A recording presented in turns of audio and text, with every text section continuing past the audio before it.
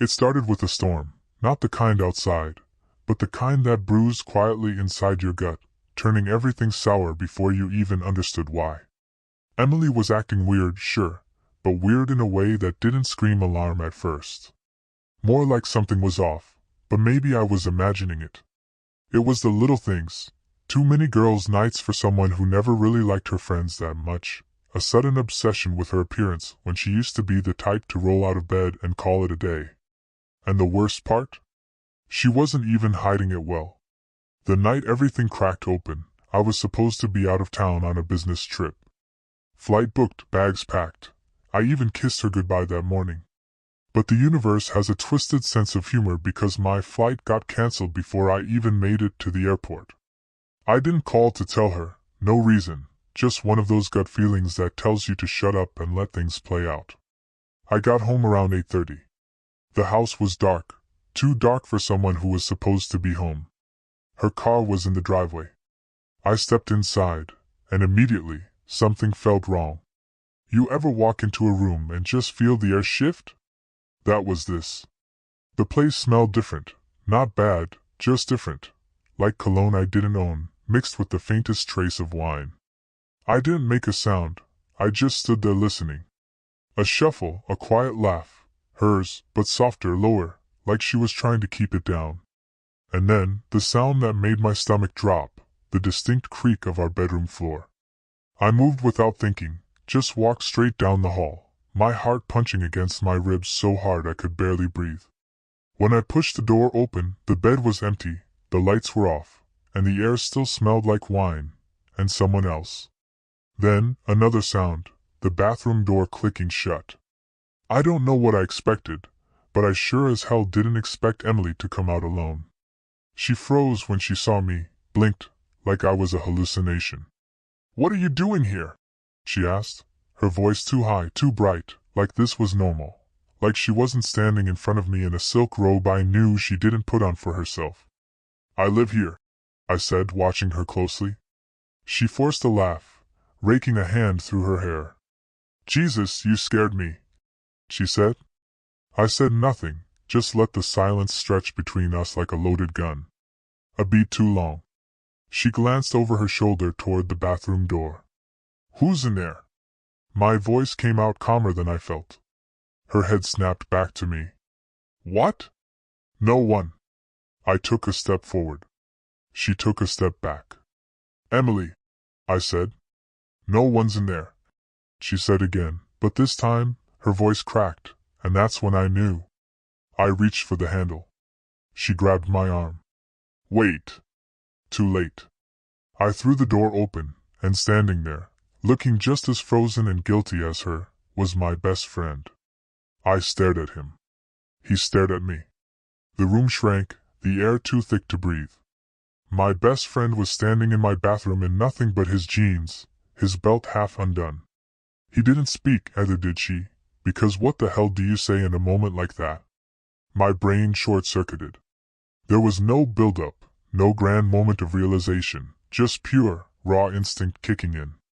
I laughed, not because it was funny, but because it was the only thing keeping me from putting my fist through the wall. Emily flinched at the sound. My best friend, Jason, finally moved, running a hand through his hair like this was just some awkward misunderstanding. "Look, man," I turned on Emily. "You want to explain this?" She folded her arms, defensive already, defensive as if I was the one caught sneaking around. "I don't owe you an explanation." I felt something snap inside me. "You don't owe me anything?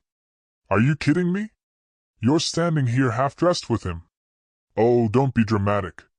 She rolled her eyes like I was some idiot making a scene over nothing. "Nothing happened." I barked out another laugh. "Nothing?" I pointed at Jason.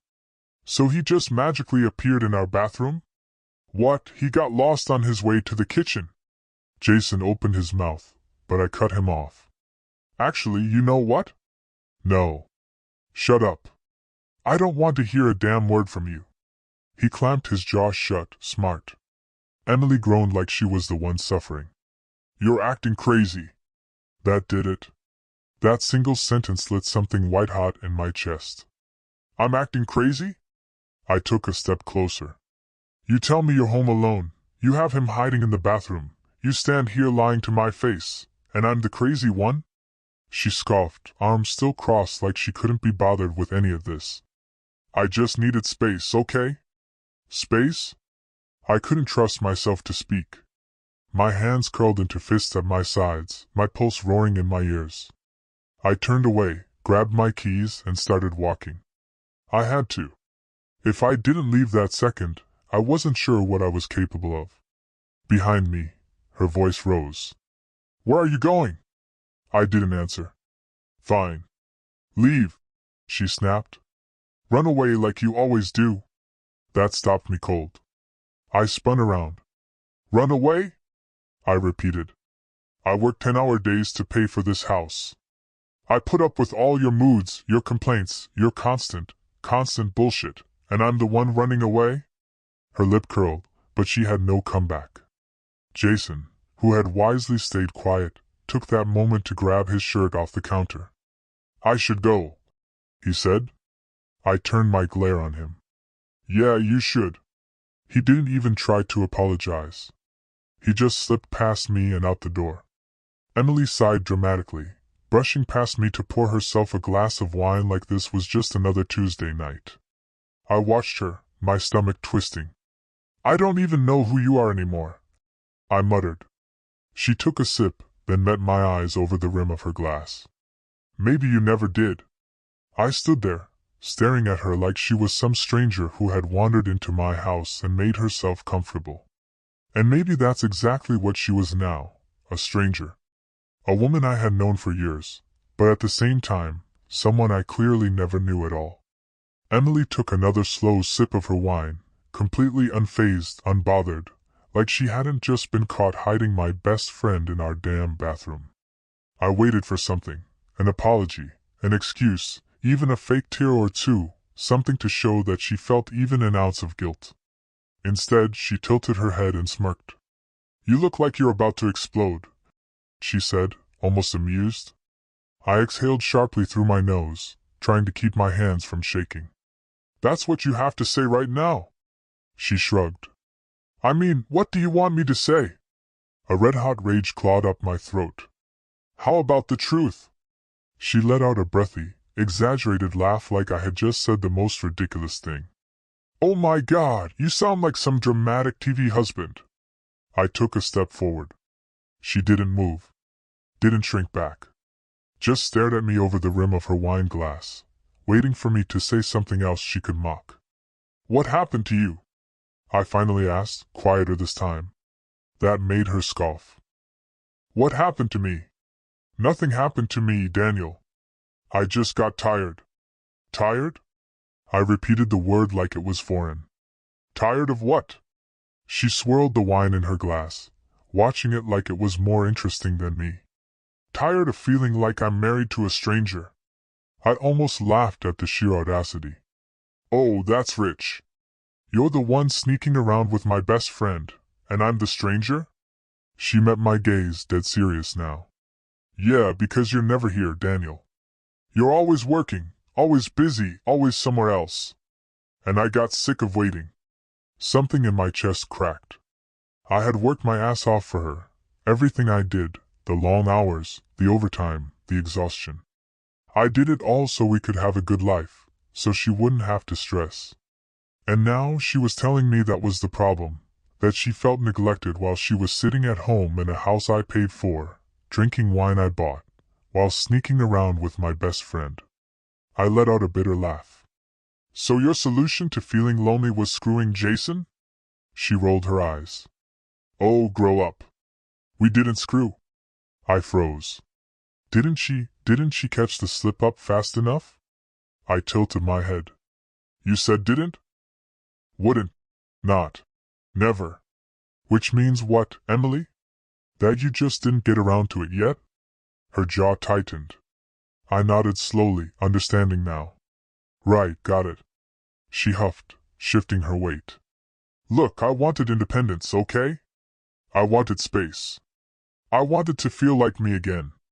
But of course, you wouldn't understand that. I stared at her, and then I did the one thing she wasn't expecting. I dropped my keys on the counter and turned toward the door. Her smug expression faltered. "Where are you going?" she asked. I pulled open the door, giving her exactly what she wanted. Her brows furrowed. "What?" I didn't look back. Didn't pause. Just walked out and slammed the door behind me. I barely made it to my car before I heard it, her voice calling after me, panicked now. "Daniel, wait!" I didn't wait. I drove. No destination, no plan, just miles of pavement disappearing under my tires as I tried to process the absolute insanity of what had just happened. Emily cheated, or was about to, with Jason, who had been my best friend since college. Jason, who stood next to me at my wedding, gave a speech about brotherhood and loyalty, and then had the nerve to hide in my bathroom like a damn coward. The betrayal sat like a stone in my chest, heavy and suffocating. Every memory of them together, the inside jokes, the casual touches I once brushed off, now played in my head like a reel of evidence I had been too blind to see. And her reaction, that smug, arrogant smirk, was what haunted me the most. She wasn't sorry. She wasn't ashamed. If anything, she was annoyed that I caught her. I gripped the steering wheel so hard my knuckles ached. I should go home. No, I shouldn't. That wasn't home anymore. It was just a place where a woman I no longer recognized slept in the bed I paid for. I needed air. I needed clarity. I needed a drink. So I pulled into the first bar I saw. The place was half empty, the kind of quiet, dimly lit dive where no one asked questions. Perfect.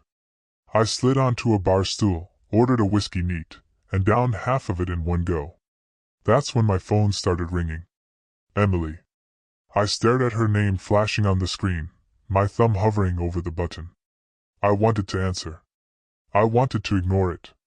I wanted to drive back and make her say it to my face one more time, just so I could watch her squirm. The call ended, then another came through. And another. I exhaled sharply, set the phone on the bar, and let it buzz until it stopped. Minutes passed. My second drink arrived. My phone lit up again, but this time, it wasn't a call. Jason. "Man, we need to talk." I actually laughed. "We?" There was no "we" anymore. Another text. "Jason, it's not what you think." I picked up my phone, and for the first time all night, I responded. "Me? Oh, you weren't half naked in my bathroom?" 3 dots appeared, then disappeared. "Jason, look, I messed up. I know I did, but you don't understand the whole situation." I clenched my jaw so hard it hurt. "You were in my house, Jason. With my wife. How exactly do you think this is going to play out?" More dots then. "She told me you guys were on a break." I froze. A break. I reread the words, heat rising up my neck. Me, a break? Jason? Yeah, she said things weren't working out, that you guys were separating, and that it was mutual. Mutual? I put my glass down before I shattered it. Emily hadn't just cheated, she had rewritten history. She had planned this. She had fed Jason some fake stories so that when I inevitably found out, she could act like I was the unreasonable one, like I was the bad guy. I sat there, my pulse pounding, my thoughts racing through every interaction over the past few months. Had she been waiting for this moment?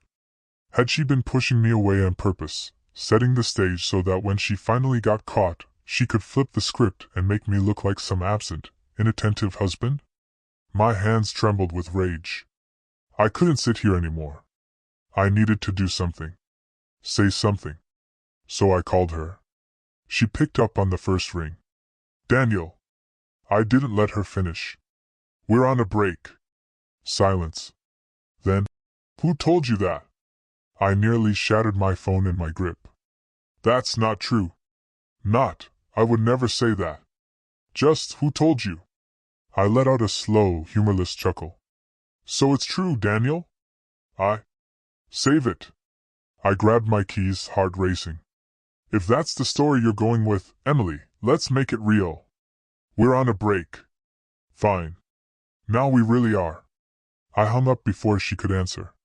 And for the first time since this nightmare started, I had made my decision. Emily wanted space. I'd give her space, but she wasn't going to like what came next. I drove back, but not home. Not to her. That wasn't home anymore. Home wasn't a place where my wife rewrote our history to justify her betrayal. Home wasn't where my so-called best friend stood half-dressed in my bathroom while she smirked in my face. I wasn't going to let her control this story. Instead, I drove to the one place I knew I could think clearly, my brother's house. Ryan opened the door in sweatpants, a confused expression on his face. "Dude, what the hell are you doing here?" I pushed past him, straight into his living room, and threw myself onto his couch. "Emily's cheating on me." Ryan blinked. "Come again?" I ran a hand down my face. "Emily. Jason. In my house. In my bathroom." His eyes widened. "You're joking." "Wish I was." He stared at me for a solid 5 seconds before shaking his head and heading to the kitchen. "I'm getting the whiskey." Minutes later, 2 glasses were on the table. I took mine and downed half in one go. Ryan leaned forward. "Start from the top." I told him everything. The perfume, the secrecy, the way she acted like I was crazy for even questioning it. I told him about walking in, about Jason's pathetic excuse, about Emily's absolute lack of remorse. And then I told him about the text, the moment Jason dropped the real bomb. "She told him we were on a break," I said, my voice tight with rage. Ryan's head snapped up. "What? She set this up?" "Yeah. Fed him a fake story, laid the groundwork so she could flip this whole thing on me. So when I found out, she could act like I was the one being unreasonable." Ryan's nostrils flared. "That manipulative little—" He cut himself off, exhaling sharply. "All right, what's the plan?" The plan? I should have been breaking down, sobbing, drinking myself unconscious. But I wasn't. I was clear-headed, laser-focused. Emily wanted to play this like a game. I'd play. I pulled out my phone and scrolled through my contacts. Ryan frowned. "Who are you calling?"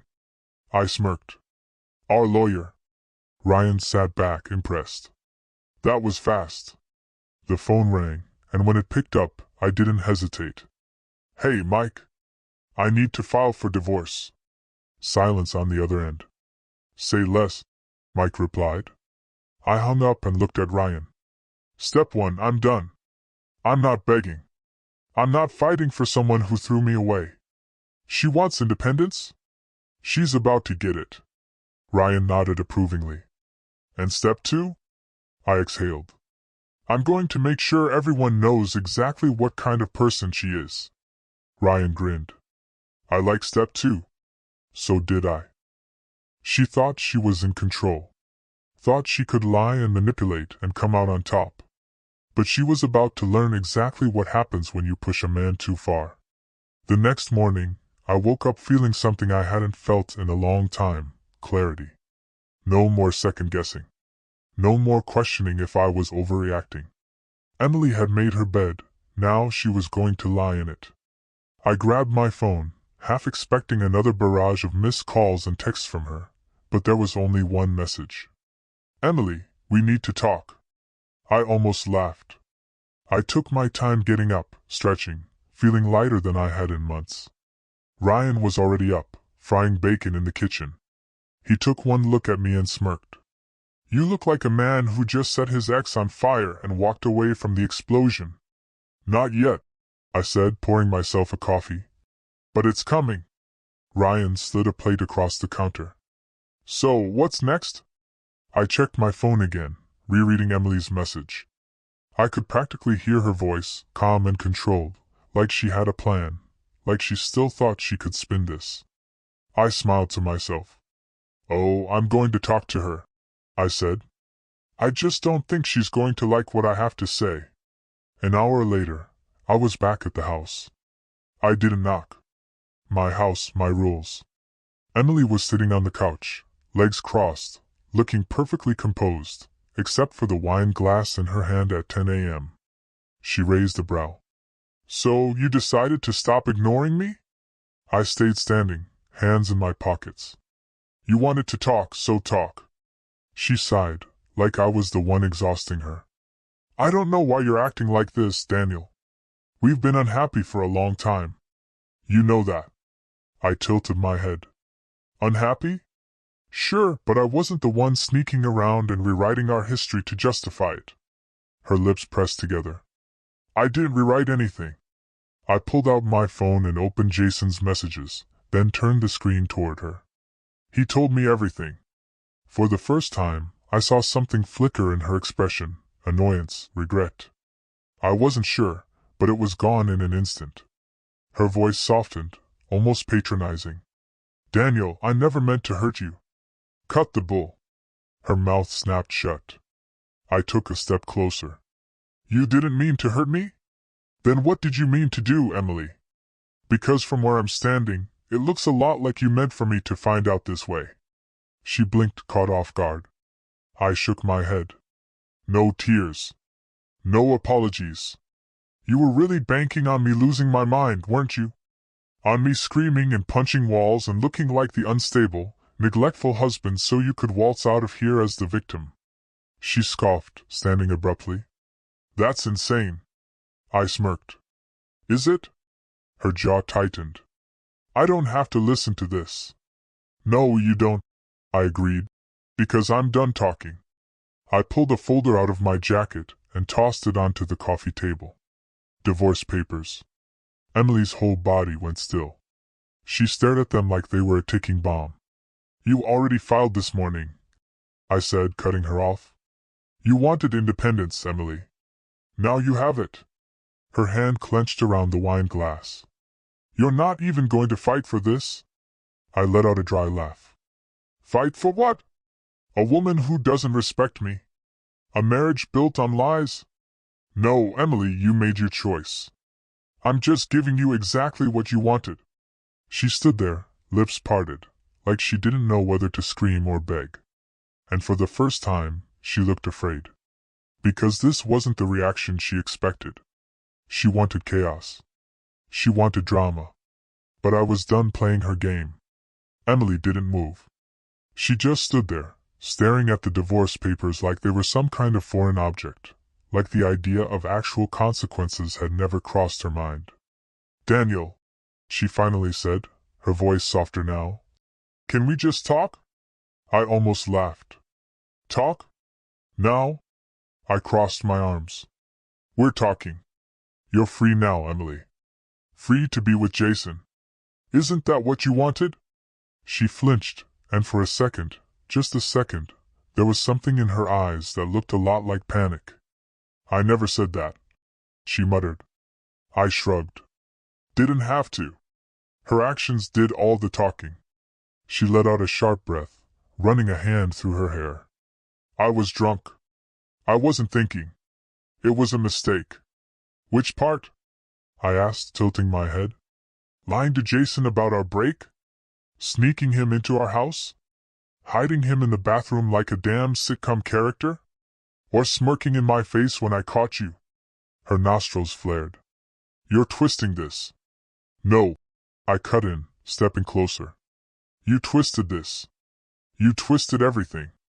And now that I'm not screaming, not losing my mind, now that I'm just done, you don't like that, do you? She opened her mouth, but I wasn't finished. You wanted control, I said. You wanted to be the one making the choices. You wanted to have Jason on the side while keeping me on the hook, just in case. But guess what? I tapped the divorce papers. You don't get to control this. Not anymore. Her breath hitched, and that's when it really hit her. She thought she'd get to drag this out. Thought she'd get to spin it, manipulate the situation, gaslight me into believing that maybe I was the problem, that maybe I should try harder, be better, fight for her. Instead, I was walking away, and that terrified her. She dropped onto the couch, rubbing her temples like she was the victim here. You're being so cold. I let out a humorless chuckle. No, Emily, I was warm. I was warm for years. I gave you everything. I trusted you. And you set it all on fire. Her eyes snapped to mine. "So that's it?" she asked, almost pleading. "You're just going to throw everything away?" I inhaled deeply, steadying myself. Then I said the words that sealed it. "I'm not throwing anything away," I said. "You did." And with that I turned and walked out the door. I expected her to yell, to scream, to throw something, anything, but she didn't. She just sat there, silent, as I left her behind. But I wasn't done yet. Because Jason still had no idea what was coming. I didn't drive far, just a few miles across town to a place I knew Jason would be, his apartment. He had no idea I was coming. Good. I parked, took a deep breath, and stepped out. My hands weren't shaking. My pulse was steady. Because unlike Emily, Jason wasn't worth my rage. He was worth something else entirely. I knocked. No answer. Knocked again. Finally, footsteps. A hesitant pause. Then the door cracked open just enough for me to see him, the man I used to trust, standing there like a guilty child. His eyes widened. "Dan?" I smiled. "Hey, buddy." Jason swallowed hard. "Look, man. Relax," I said, leaning against the door frame. "Not here to punch you. You're not worth the broken knuckles." He winced but stepped aside, letting me in. His place was exactly what I expected. Half-packed moving boxes, clothes on the couch, an empty pizza box on the table. Jason was never one for cleaning, but something about the mess made me smirk. "You packing?" I asked, motioning to the boxes. Jason cleared his throat. Yeah. Was going to move out of state soon. New job." "Job?" I raised a brow. "Yeah." He nodded but didn't meet my eyes. I sat down on his couch, completely at ease. "Good. You should leave." He tensed. "Dan, you should leave." I repeated, "because you burned every bridge you had here. I don't want to see you. Ryan doesn't want to see you. No one wants to see you." Jason sighed heavily, rubbing the back of his neck. "I didn't mean for any of this to happen." I laughed, actually laughed. "You didn't mean to sneak around with my wife? Didn't mean to lie to my face while you were in my house? Didn't mean to let her tell you we were on a break and just roll with it?" He swallowed, looking anywhere but at me. I was stupid. I should have asked you. I should have. You should have been a better friend." I cut in. "But you weren't. And now you're nothing to me." Jason finally looked up, something desperate in his expression.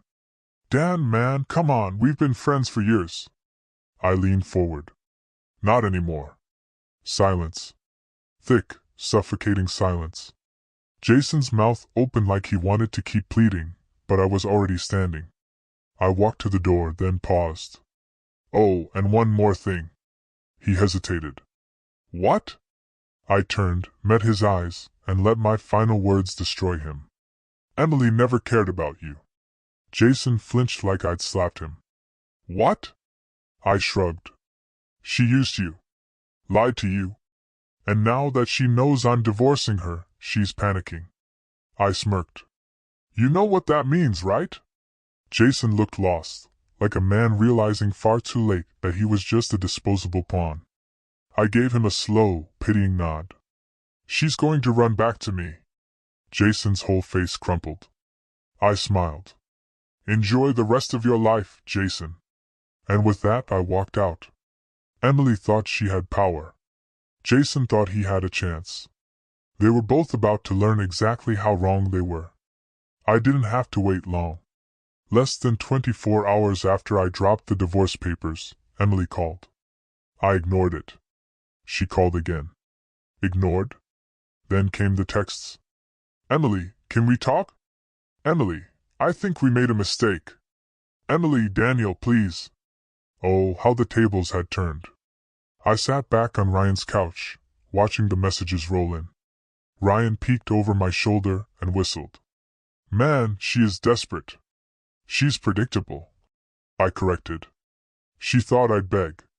Thought I'd explode, chase after her, scream about how much I still loved her. But now that I've cut her off, she doesn't know what to do. Ryan grinned. So you gonna respond? I smirked. Not yet. Instead, I let her stew. Let her sit in the wreckage of the life she chose to burn. By the next evening, she showed up. A knock at Ryan's door, firm, repeated, desperate. Ryan raised a brow. You want me to handle this? I shook my head. No. I want to see how far she'll go. I opened the door to find Emily standing there, eyes red-rimmed, face set in that perfect mix of sadness and determination. The look of a woman who thought she could fix this. Daniel. She breathed, like my name was some kind of plea. I leaned against the door frame, arms crossed. Emily. She swallowed hard. Can I come in? I considered it for a moment, then stepped aside. She walked in hesitantly, like she wasn't sure if she belonged. She didn't. I shut the door and turned to face her. You've got 5 minutes. Her lip trembled slightly, but she recovered fast.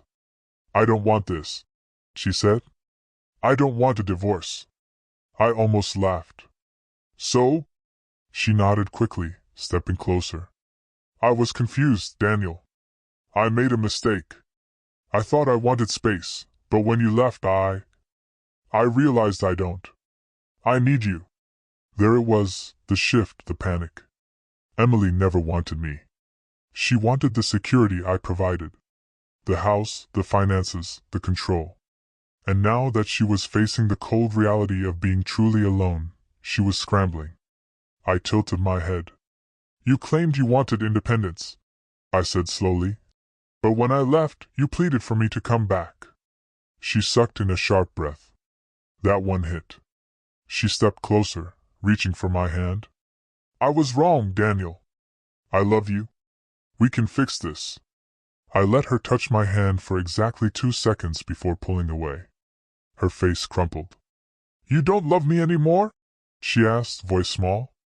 I looked her dead in the eyes. Not enough to be a fool for you. She let out a small, broken sound. So that's it, she whispered. I nodded. That's it. She blinked rapidly, like she was trying to hold in tears.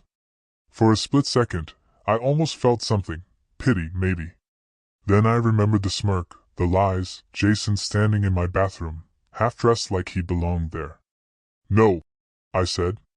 She made her bed. I walked to the door and opened it. Goodbye, Emily. She hesitated one last moment, one last chance to say something that might change my mind. Nothing came.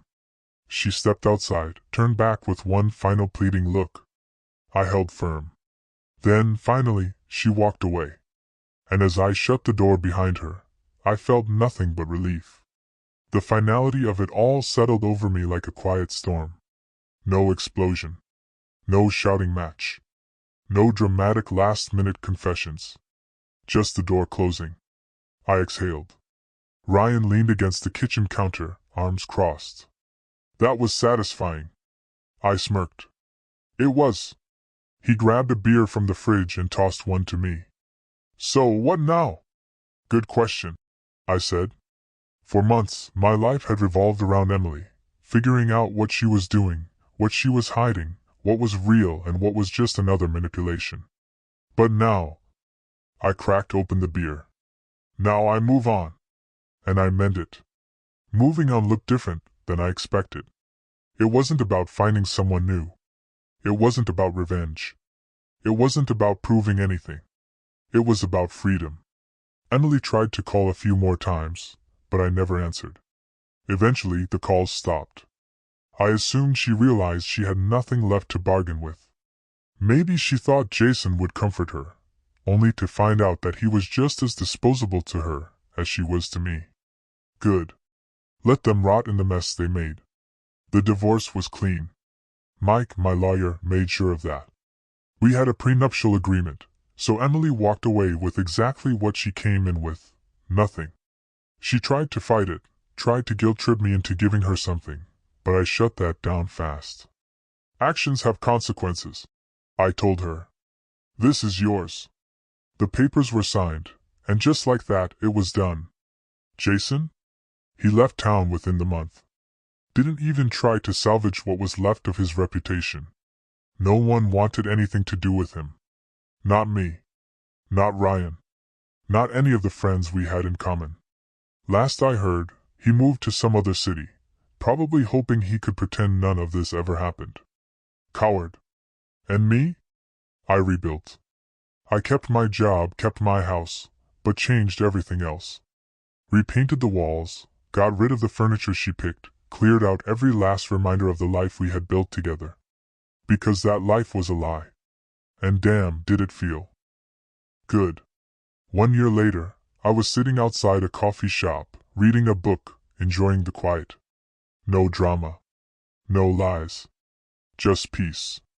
Then a familiar voice. Daniel. I looked up, and there she was, Emily. She looked different. Not better. Not worse. Just older. The kind of tired that life carves into you when you've made too many bad choices. I waited. She hesitated, then smiled softly. You look good. I took a sip of my coffee. I know. Her smile faltered. I just wanted to say I'm sorry. I didn't respond. She exhaled. I made mistakes. I hurt you, and I regret it. Maybe she meant it. Maybe she didn't. It didn't matter. I nodded once. Okay. She looked at me for a long time, like she was waiting for something. But there was nothing left to say. Finally, she sighed, whispered a quiet, "Take care, Daniel," and walked away. I watched her go. No anger. No sadness. No satisfaction. Just closure. And as I sat there in the warm sunlight, I realized something. I didn't win. She didn't lose. I just got my life back. And that was enough.